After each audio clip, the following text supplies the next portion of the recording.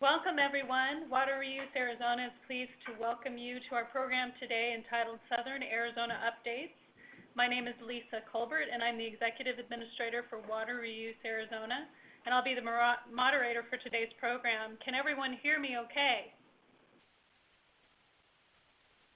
I don't think we can. Okay, good point. Okay, so today's program will be about 60 minutes. We will have time for questions and answers from our presenters. It is being recorded so that you'll be able to download a copy of this later if you want, or find it on our website later. If you need assistance, please send a message by typing it into the chat box located on the panel on the left side of your screen, and you will be able to download this presentation when you complete the survey at the conclusion of the webcast.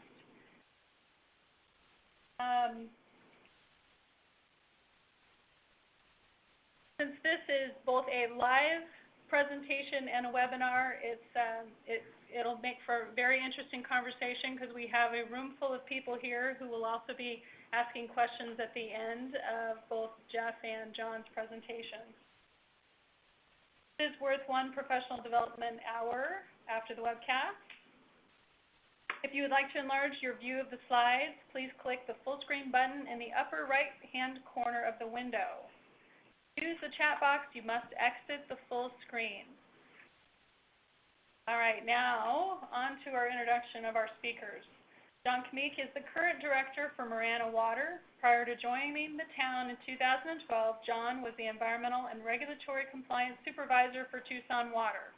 During his 12 years with Tucson Water, John assisted in advancing programs such as CAP recharge and recovery, effluent recharge and recovery, potable and reclaimed water distribution, and backflow prevention programs.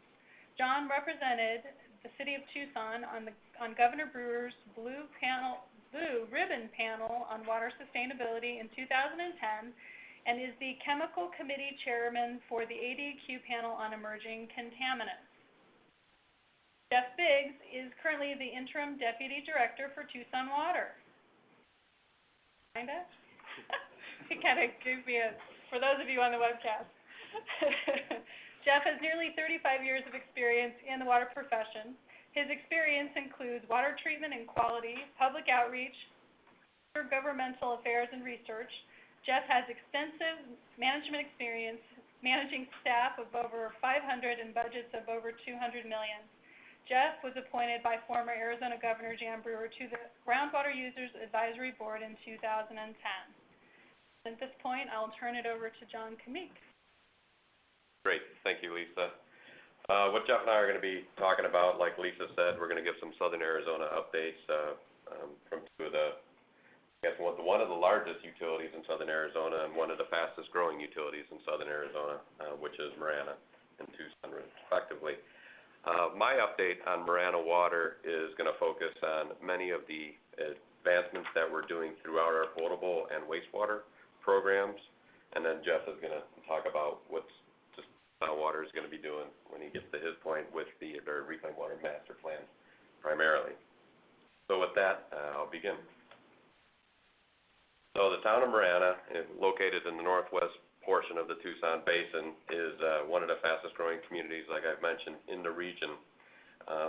One of the things that I'm going to be talking about is our some sewer plans, some wastewater treatment master plan, our upcoming aquifer recharge facility, and then some key potable projects which have occurred, which is Tucson Premium Outlets, Twin Peaks Reservoir, and the construction of a new potable system on Tangerine Road that we're referring to as the East Tangerine Water System.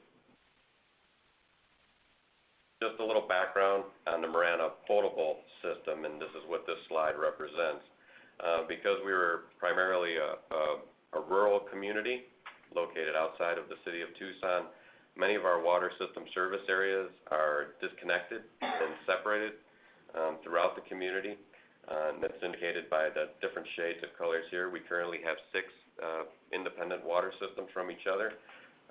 Starting in the south, we have a Continental Reserve system, and that is located essentially between Einer Road and Cortero Road along Silverbell, and it's completely surrounded by the Tucson Water system. As Tucson moved north, as well as the Twin Peaks system on the east side of I-10, which is the pinkish shaded area, and that is also in southern Marana. We have a new development called Saguaro Bloom, located in the middle of the map, which is going gangbusters with development. And then we have some other isolated systems, but then our other main system in that blue area at the north end of the screen along I-10, we refer to as the North Marana system. And that's traditionally where the town of Marana was founded, and the town boundaries is that checkered line that you see going around the whole area there. Heading over to the wastewater side, many of you may know from Arizona that the town of Marana and Pima County wastewater reclamation were in a multi-year dispute on wastewater service area in the northern Pima County area, primarily in the town of Marana. In April of 2013, there was a settlement occurred between the county and the town of Marana, which then the county, ceded over the DMA boundary for the wastewater service area in most of Marana, and that's represented by the blue area. You do see the town boundaries, and the yellow area, that is area where Pima County still continues to serve. Essentially, for those who know the region and how wastewater works in the Pima County area, the basin containing the yellow that Pima County continues to serve encompasses Dove Mountain and the Continental Ranch area, because those systems do flow to the Ina Road treatment plant, which is referred to now as WateReuse, I believe. WateReuse plant. So the county kept the conveyance system going to the WateReuse facility. Anything outside of that boundary that was located in the town of Marana and somewhat outside the town of Marana is now the Marana DMA boundary, which goes through the Marana wastewater treatment plant, which was formerly owned by the county in the far northwest part of this image. The hashed area in the middle of the map is an area that is in transition. That is the Saguaro Bloom development that I mentioned. It's on the opposite side of the Tucson Mountains. It's currently pumping via lift station to the Ina Road treatment plant, but as part of the agreement, as soon as the town of Marana has conveyance to that area, the county and the town will work out a final transition, and that Saguaro Bloom area will end up becoming part of the town's DMA. And that kind of segues into our first project. One of the first projects that we started working on once we received the wastewater management area was how do we get the Saguaro Bloom development, which is estimated to be upwards of 1,800 housing units at build-out. How do we get that interconnected with the Marana system, and hence becoming part of the Marana designated management area? Project we're currently working on with Stantec Engineering and Rick Engineering is what we're calling the downtown Tangerine sewer conveyance. At the south end of the map is where the current Saguaro Bloom lift station is and is currently pumping to the east over the Tucson Mountains into the Ina Road or the WateReuse collection system.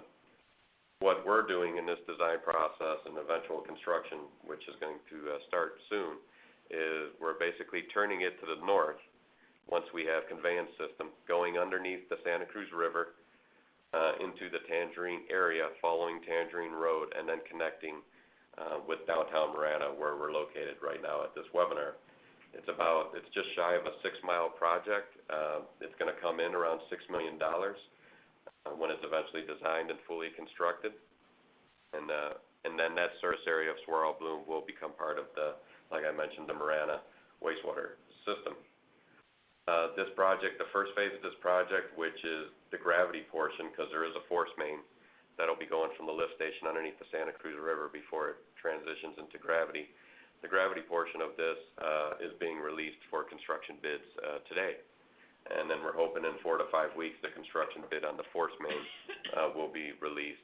Hoping this project is going to be done in July of August of 2016. Another project that we're working on, and it actually has a kickoff of today. You'll see many of these projects are ongoing or starting right now, and hence the updates from the town of Marana and Marana Water, is wastewater master plan. The wastewater system or wastewater plant that we have in northwest Marana, the Luckett Road plant, it's often referred to, This was the plant that was under contention with Pima County in the town of Marana, and then eventually was sold to the town of Marana a couple years ago as part of the settlement. This plant currently has a 500,000 gallon per day biolac treatment system, as well as tertiary sand filtration and UV disinfection. The effluent from this plant is currently being discharged to an unnamed wash area just east of the Santa Cruz River near Trico Road. It never really gets into the Santa Cruz River, so it's drying up within that ephemeral wash area. One of the reasons the town wanted or needed to get into the wastewater business was for the renewable water supplies. So we're working on a plan to do aquifer recharge and recovery with this effluent after we do this wastewater, while we're doing this wastewater master planning. I'll stick to this right now. So Carollo engineers have been contracted to help us with our wastewater master plan as we add in Saguaro Bloom, as well as other development that's occurring in northern Pima County in the town of Marana. We're going to need to expand this plant. This plant is currently treating between 340 and 360,000 gallons per day. Like I mentioned earlier, it has a capacity of 500,000 gallons. With the new infrastructure and the new residents and businesses moving to the area, we know expansion is going to need to occur sooner rather than later. And through this master planning process, this expansion will hopefully be happening in the next few years after this planning. Like I alluded to in the previous slide, all of the treated effluent coming from the Marana Water Reclamation Facility will be designated to a recharge project. We did receive property around the Marana wastewater treatment plant, 2 farm fields. We investigated these areas for future recharge potential. You see in the bottom left-hand corner how close it is to the Santa Cruz River. A few years ago, we did some studies, and we found that this area is very conducive for effluent recharge. So now, after a master planning process with HDR Engineering over the last year or so, we have moved forward on design, and we're currently in process of updating our APP for the plant to include a recharge facility. Recharge facility, this is the design we're going forward with. One of the criteria that we were looking at is how to make it partially a public amenity as well as a functional recharge facility. You see shaded on the left side of the screen is the current detail of the Marana Reclamation Facility, Water Reclamation Facility, and then where you see the recharge basin design as well as a large hill complex, and on the southern part off that hill complex is a series of small ponds or pools, which will be a running water feature that will be going into the southern basin located in the basin design portion of this. This first phase, because we're going to do this in 2 phases, this is the first phase, and this will have capacity to recharge 2 MGD. Like I mentioned earlier, we're currently doing 340 to 360,000 gallons per day, so this we feel this phase 1 of this recharge design will help us for many years before we need to move on to phase 2, which would happen to the north end of these basins. One of the things we found out during our evaluation process and master planning process was we did have fairly tight sediments in the top 15 to 20 feet soil profile here. So we have some very deep basins. They're going to be going down 20 to 22 feet for those 3 basins that are outlined. And then thinking of the public amenity factor, the hill is going to be about 16 to 18 feet above ground using the excavate of the recharge facility to develop most of that. So you'll have a good relief and a good vista point if eventually we can turn this into a park and a public amenity feature, along with the stream feature that's located there. There'll be a good close to 40-foot relief of elevation between the bottom of the basins and the top of the hill where the public would have access. Oh, and this project, we are hoping to put out a construction bid for this project within the next 60 days. One of the larger commercial developments that have occurred in the Tucson Basin is a project that actually falls within the Marana Water service area. It is at the intersection of Twin Peaks and I-10. It's called the Tucson Premium Outlets. It's the same mall developer that a few years ago built the Wild Horse Pass development in Chandler off of I-10. They identified the Tucson area and its proximity to Mexico and to people traveling from northern Mexico into the United States and then making their way to California. This location became ideal. The town several years back funded the construction of the Twin Peaks interchange. There's never, most of the construction for that, there wasn't an interchange there as of 10 years ago, but the town's forethought was to put a nice interchange there, help with getting it established because it would drive commercial development. This mall opened up about 10 days ago, 10 or 15 days ago. It's unique for the Tucson area in southern Arizona because it is the only large-scale mall, outlet mall, or any kind of mall that's located on a highway intersection. Most of the malls in southern Arizona are located in the interior of Tucson. So the idea here is that it will be able to capture all that cross traffic, not only on I-10, but also the southern traffic coming in from I-19, people making their way to I-8 to San Diego. This has been a success since it's been open only a couple weeks. It's been very highly populated, and it was a large construction project, like I mentioned, for Marana Water, and it's going to be a very large customer base for our utility. What's interesting about the site development is this is only on 40 acres of a 160-acre planned master plan for this site, and we already are entertaining the developers already looking at putting in hotels and restaurants and possibly an auto mall all in this complex. So it's going to be a massive commercial complex for southern Arizona when it's all complete, moving forward very rapidly. Kind of not an actual picture of what it looks like now, but it's a very similar design to Wild Horse Pass with updated. On the potable side again, to help support this development at the mall, one of the things that the developer had to do for the water department was construct and move forward with a 1 million gallon potable reservoir at the eastern end of our water system, and that's located at Twin Peaks and Bonnet Road. Now that the mall is constructed, before they can develop any of the other pads associated with that development, they need to construction on this reservoir for fire flow protection, but also for the utility is going to be putting in a booster station at this location so we can go further up Twin Peaks Road to the eastern boundaries of the Marana service area where we bound Tucson Water to be able to continue to be able to start development along that Twin Peaks corridor up near Tangerine Road.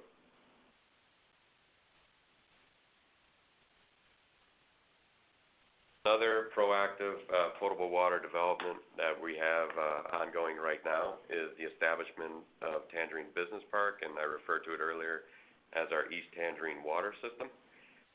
There is a big gap on Tangerine Road between I-10 and Dove Mountain. Tucson Water currently serves the Dove Mountain area, but the space in between is part of the Marana Water service area. So to establish a water service area on the east side of I-10 along Tangerine, which is for this region is going to be the next major commercial industrial development as well as residential. Now that Twin Peaks is being developed, the next natural progression is 3 miles to the north in the Tangerine area. We worked with a developer that needed to begin an industrial park in this region, actually 2 developers, and we've, between a 3-party agreement, they are building us a 500,000 gallon reservoir, as well as a well and booster system to establish a water pressure zone there, as well as a 16-inch line going to the west from this site that'll get us to another industrial park development that'll be taking water. And the importance of that is we eventually want to interconnect the North Marana system, which is predominantly on the western side of the road, and with this area on the east side of Tangerine. And having this 16-inch pipeline and extension closer to I-10 is going to make it more realistic to be able to have the Tangerine corridor and the Tangerine interchange with I-10 be able, on the east side, to be able to serve with water. And so future development will be ready to go, and infrastructure will be ready to take off. The location that we did put this Tangerine Business Park tank is actually a high water elevation for all of North Marana, majority of North Marana. So once that interconnect is in place, it will be able to provide fire flow protection for the majority of people in the North Marana area. This project is near completion. It should be complete probably within the next couple weeks. The tank is getting finalized with painting, and the electrical panels and controls are all being set. So this was another ongoing construction project to open up further development along Tangerine Road.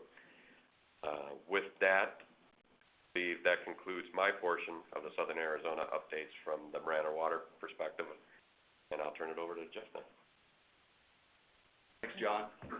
My name is Jeff Biggs. I'm with Tucson Water, and I'm going to talk about maximizing water reuse potential in our environment, particularly this water. So, for many decades, Tucson relied solely on mined groundwater up until about 2001. Of course, when you do that, when you start mining groundwater, there are some environment that can occur. Land subsidence can occur, which did in this. Also, it will decrease the water quality as you mine the ground. And also, during that time, as Tucson grew, decades, and I'll show a graph later, particularly after World War II, our water demand year after year. Every summer through May and June, Tucson Water really began very nervous about meeting our summer demand, summertime prior to the monsoon season, which normally was around July 4th. So every year we would get to that point where we were hoping that we'd be able to make. At that time, mid-70s, we actually began a conservation program called Beat the Peak, and that was the mascot, right, our duck. So that program was established in the mid-1970s, really for demand management. As an example, during that time, we were watering from 4 p.m. to 8 p.m. It really developed into a nationally recognized conservation program. Today, we have a rebate program, budget of over $3 million a year for overflow toilets, washing machines, rainwater harvesting, and gray water harvesting rebate. Also, we have public education. We go out and talk to elementary school, high school. We each have a teacher program that in the summer, an intern program for teachers. And also, we have audits, both commercial and residential, that we can help our customers reduce water use. So, in 1984 we began our reclaim system. Since that time, for the last few years, our reclaim system has really saved about 4 billion gallons a year of our time. Basically, the first customers were golf courses. In fact, the first customer was a Jack Nicklaus golf course at La Paloma Resort. Pretty much all the major turf customers have been reached in one area and outside of Tucson. We don't expect any more large turf users definitely no more golf courses, I would imagine. In fact, our reclaimed water use current calendar year compared to last calendar year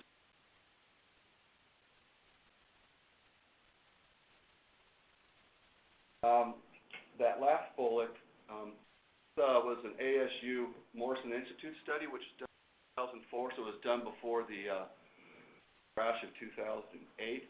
But at that time, golf was really almost a $500 million per year industry in Southern Arizona.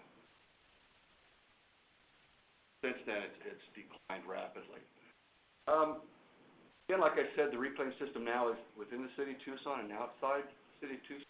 Actually, we pump reclaim water to Oro Valley through our reclaim system. It allows them to not use some of their potable water for golf course irrigation. We have about 1,000 customers right now. 700 of those are individual. Of I think 18 golf courses within the 50 parks, 65 schools that use reclaimed water for turf irrigation. Our annual delivery as of last year was acre-feet. So our reclaimed water today, again, we've got over 30 years experience operating the water, Tucson Water. Picture right here is our Sweetwater wetlands, and that's really not just a community amenity, but it's also a national attraction to birders. And that last bullet, we do have about 30% of our reclaimed water is unused and really does not benefit our customers as far as wet water is concerned. This map, or this chart, is really an interesting chart that we like to show quite often. Just to orient a little bit, on the left is the water production on water service area in acre-feet. Horizontal is years from 1940 through 2014. The blue is groundwater. The kind of olive green is CAP usage. The light blue is TARP, which is our EPA Superfund site water. And then purple is, of course, reclaimed water. So like I said earlier, our groundwater usage really grew from 1940 all the way up to basically 2001 when we started, well, actually that first green dip in the chart in 1992 to 1994 was our first efforts to use Colorado River water through a surface water treatment plant with direct delivery. Didn't go very well. Lasted about 2 years, and we actually had to shut that water treatment down. So we had to figure out another way to continue to use our renewable water through Colorado River water. So again, in 1984, you can see the purple reclaimed water usage begin, and that has grown over time to where now it's about 10% of our annual demand. Light blue, which again is our Superfund site, started in 1992. And that usage is about 6 to 7 million gallons per day. As you can see, in 2001, our groundwater usage started dropping drastically. In fact, you can see our groundwater use in 2014, last year, was at the same use as 1941.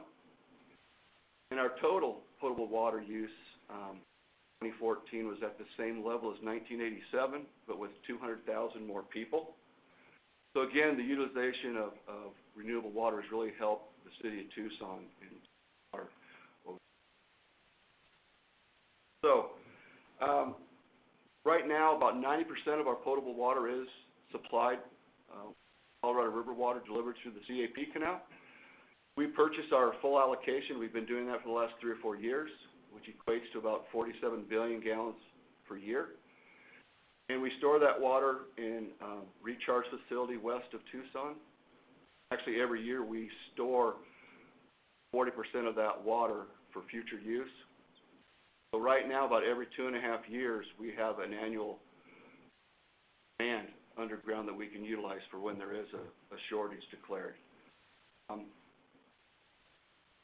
So, despite all these efforts, there still is some uncertainty. All 3 of these water resources do have limitations to them. And even though our customers have really conserved a lot of water over the years, they continue to conserve. Conservation cannot really replace a reliable water source. We have to be thinking, where are we going to get that next bucket of water? Because we will face a shortage in the future. We don't know when that shortage will be. So where will that bucket of water come from? I mentioned earlier we have about 30% of our reclaimed water is unused. We can utilize it for future drinking water supply. Obviously, there is advanced technology that can purify water to meet and exceed current and future drinking water standards. And we think this is actually a great sustainable supply that will grow with the population of the Tucson Water Service area. So there was really 3 goals of our recycled water master plan. The first was to fully utilize our recycled water entitlement for the benefit of our customers. Second was to collaborate with our leadership, mayor and council, city manager's office, and our customers, and to make some investment decisions. And then finally, which is just as important, maintain our commitment to the local environment.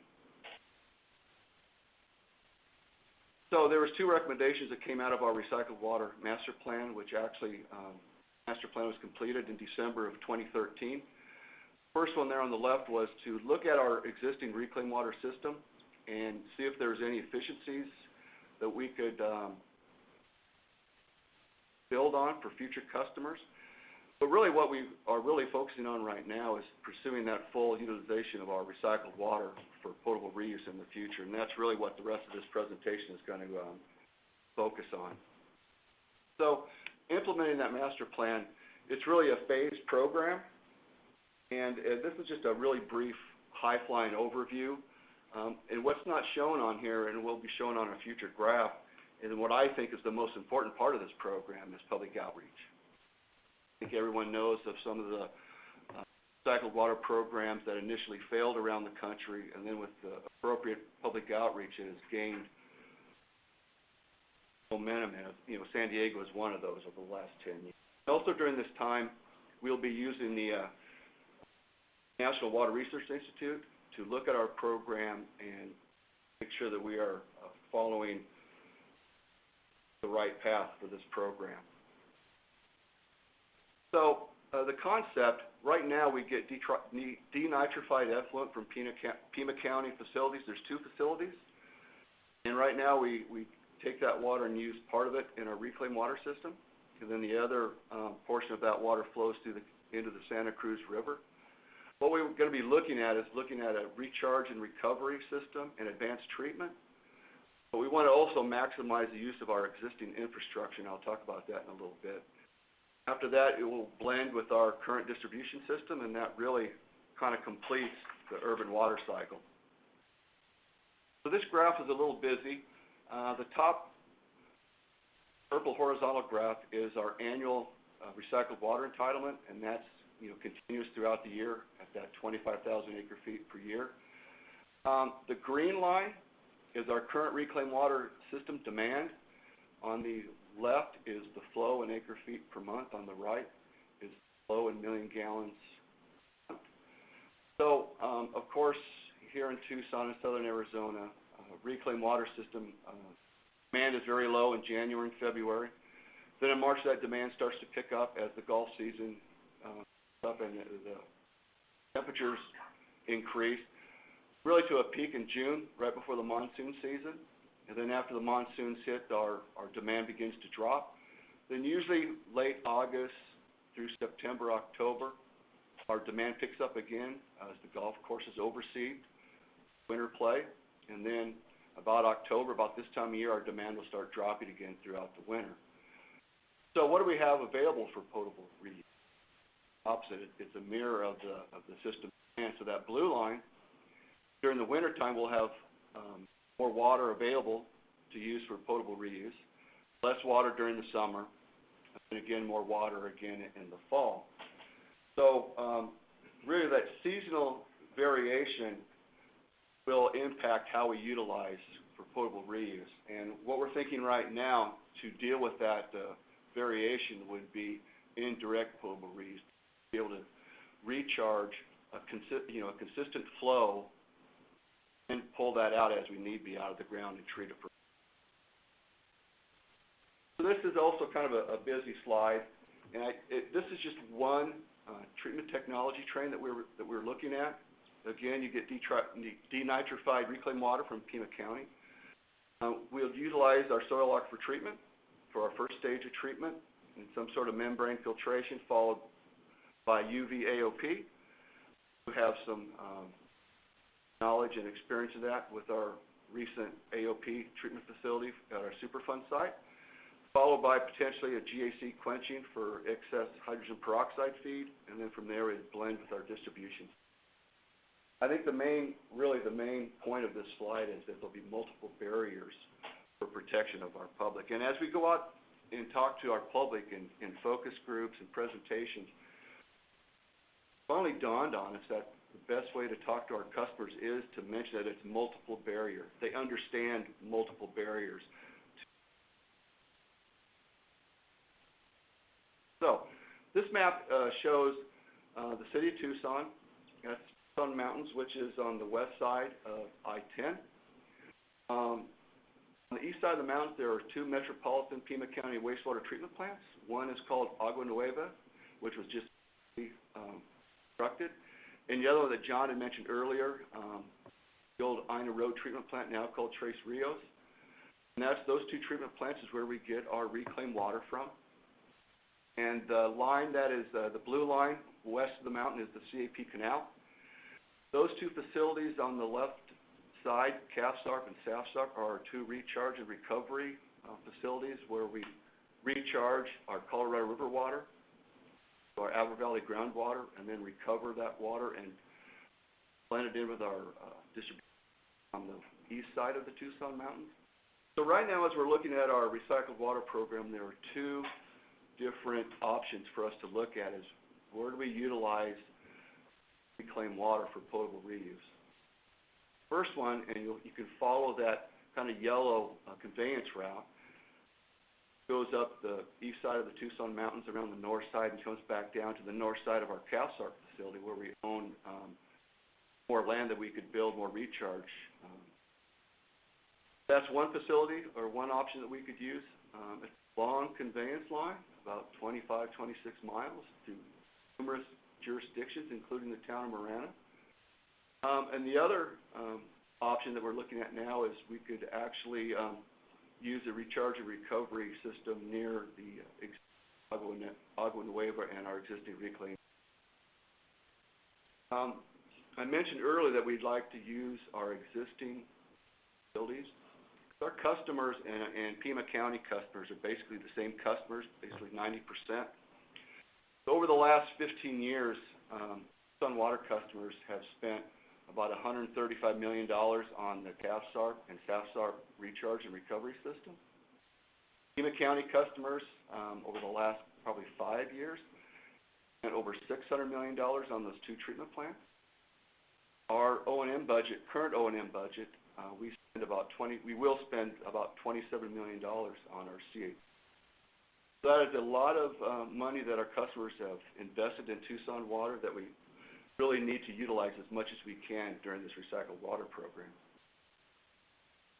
As everyone's aware, residuals management can be a real challenge for inland reuse programs. And really, residuals management can equal or even exceed main treatment facility when you're talking about inland. So what are the benefits of potable reuse? And it's locally controlled. Like I just mentioned, we have invested a lot of money in our existing facilities. So we want to utilize those existing facilities. And it does help the community buffer against current and future drought. And what's really important to us, I think, is that it will help support economic development.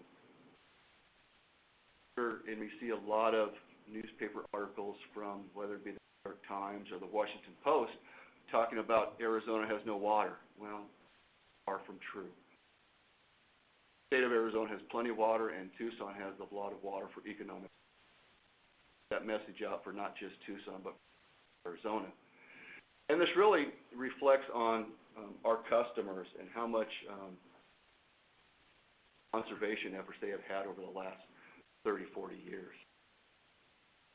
So, in December of 2014, not quite a year ago, we had a customer survey, and it had some really good results. We asked our customers questions, and 86% of our customers believe that we need additional water supplies in the future. 89% believe it's very important for Tucson Water to increase our recycling for long-term needs. And almost 3/4 of them believe that current technology can be used to further purify the reclaimed water for safe drinking. Then you ask them, are they comfortable or neutral with drinking future purified wastewater? That number drops down to 58%. So we were a little concerned with that, but that's still 58%. That's a pretty good number to start with. So we thought, well, what measures would improve customer comfort levels? So we asked them, what would help their comfort level? And 63% of them said that knowing that a nationally recognized health and medical expert endorsing the safety of the water, and that's why we're using the independent advisory panel building through the WRI. 58% said knowing that Tucson Water is the utility that will be producing and purifying the water. I think that's pretty good number. And 56% hearing about our other communities that are already drinking that water. And those two are covered right now as we talk with focus groups and our public outreach. We talk about that a lot, and that we're learning from the lessons of others before we step out. Interesting enough, 61% said touring a facility, looking at that advanced technology, would increase their comfort level. Finally, actually tasting the purified water, 55% said that. So again, those would be covered under our plans of building a demonstration facility. So our next steps, you can see that because of our decreasing demands and looking at our current capital improvement program and seeing how this can fit into that 5-year and 10-year program, this program is really stretched out over many, many years. But you can see at the top, continuous outreach is going to continue throughout the program. Right now, we're doing some technical investigations on a route study, continuing some research and regulatory support. So some of these are overlapped, but you can see once we get out to design and construction, it could be well past 2020, depending on what our needs are and what our customers feel is necessary. And of course, what our mayor and council and our city manager's office. Finally, if there's any questions, and this cartoon is used many times. I believe I was the first one to send it out to people, but that's all right. But again, it's a great cartoon. We have David Fitzsimmons with the Daily Star, and here 2025 asking what they would like to drink, and of course talking about Lake Mead 2007, Vintage Arizona Aquifer, Salinated Pacific 2018. You know, the years may not be right, but you hit it on the head, I think. So with that, if there's any questions for John and I. All right, for those of you that are on the webinar, go ahead and just send your questions in through the chat box, and we can open it up to a room of live guests for questions as well. So right now, what you said there's 30% of the recycled. Yes, where is it being used? Charge? I mean, it goes up. Where does it go? That 30% flows down the Santa Cruz River. Okay. Out, past our utilization of our reclaim system. We do get some charge credits, but as far as a wet water benefit, that's where that 30%. Yeah, so there's environmental benefit. Absolutely. There. So. Environment certainly is one of our customers. That same note, 25% reclaimed water allocation that Tucson Water has. There's also a small allocation for the Pima County. Then there's an obligation through SLARSA. And where is that other 75% going at this time? Yeah, it's the Bureau has over 28,000, I believe, acre-feet allocation, which is flowing down the river. Pima County is currently, again, with some of ours flowing down the river. We are looking at working on a recharge facility with the county out Mountain Road east of town, to where we'll be able to utilize some of our allocation. And some of the other entities who have effluent entitlement, they're utilizing theirs, like Oro Valley. I mentioned earlier that we are actually wheeling their reclaimed water through our system. So again, it's just not our water that's flowing down the river, it's also other.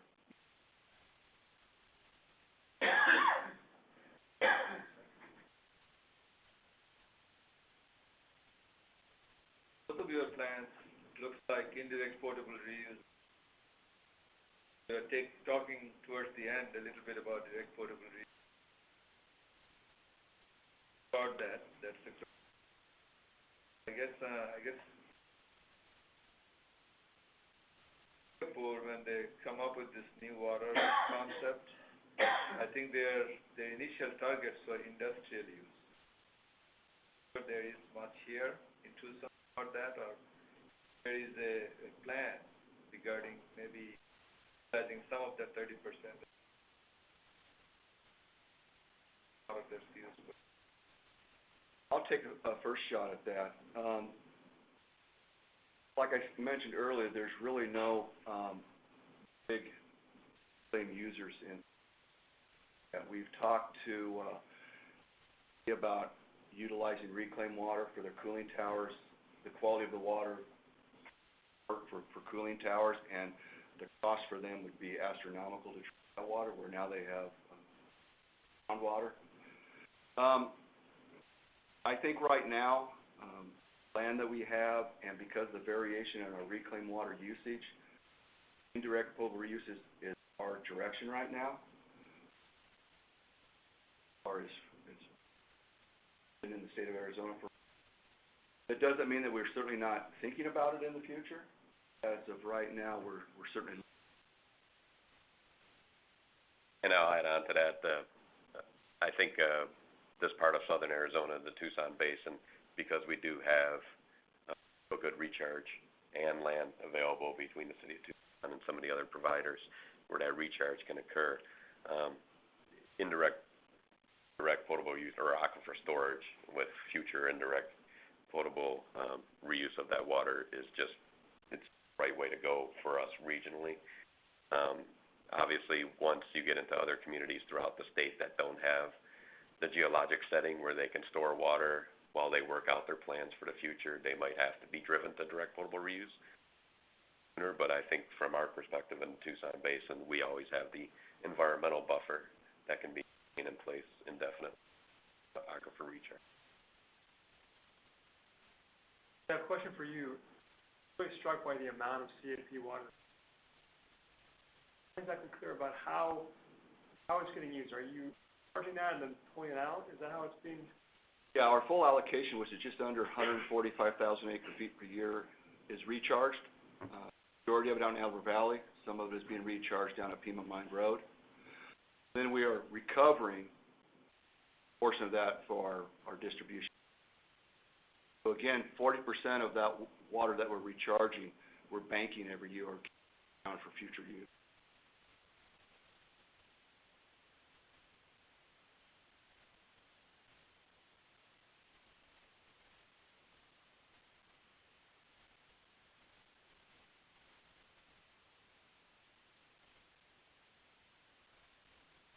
That's one option would be out on the west. The other one would be on the east side of the mountain.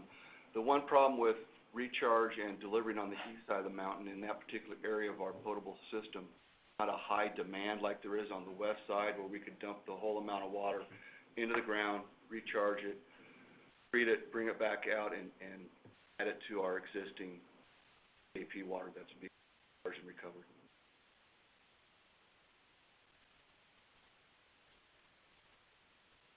I was working on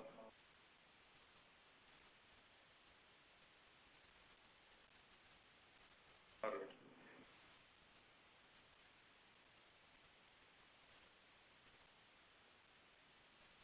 Is the water fully now, or is there?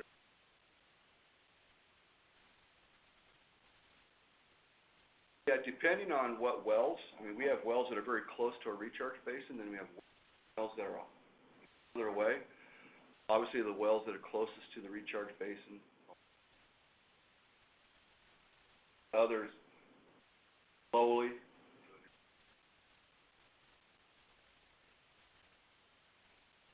From Marty Jessen, he wants to of your wastewater. I believe our water influent salinity is roughly 600 to 800 milligrams per liter. Also, what is the increase from water to wastewater? 250.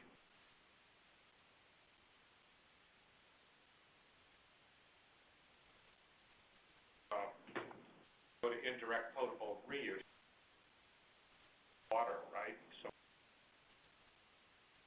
Well, actually, part of this plan is since that water has a higher TDS level, putting that water in front, blending it with our CAP water and utilizing the treatment that we're thinking of, it'll actually reduce the TDS level coming into Tucson because of the treatment technology. That's another advantage of charging out in Avra Valley and putting that water into our.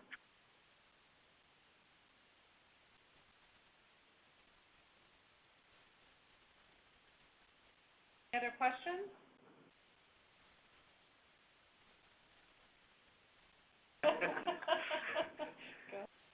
Jeff, in the master planning, what's the concept for residual treatment? We really haven't got to that stage, and Corinne is here with Arcadis, who's been doing a lot, really has done the work with. We're just starting to look into that research. There's different options. City of Tucson Water owns many, many thousands of acres of land out in Avra Valley. One option could be utilizing that area out there for, again, we're just beginning to look into those.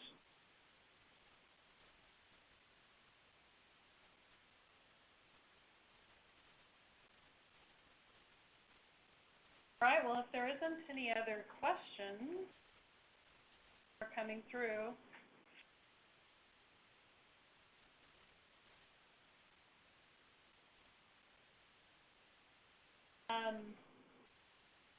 Thank you to both Jeff and John for speaking today. I want to make sure that you guys know that our next webcast and section meeting will be January 21st. It's the advisory panel of emerging contaminants. Of course, information on this webcast can be found on our section pages of the WateReuse website, and we thank you for your participation. Today's program is copyrighted by WateReuse with all rights reserved. And we thank you for participating and attending today. Please stand by for post-event survey and links to session handouts, which will appear momentarily. For those that will be attending our section meeting via webinar, we will be muting the lines until we start the meeting at 12:15. Stay tuned. Thank you very much for joining us today.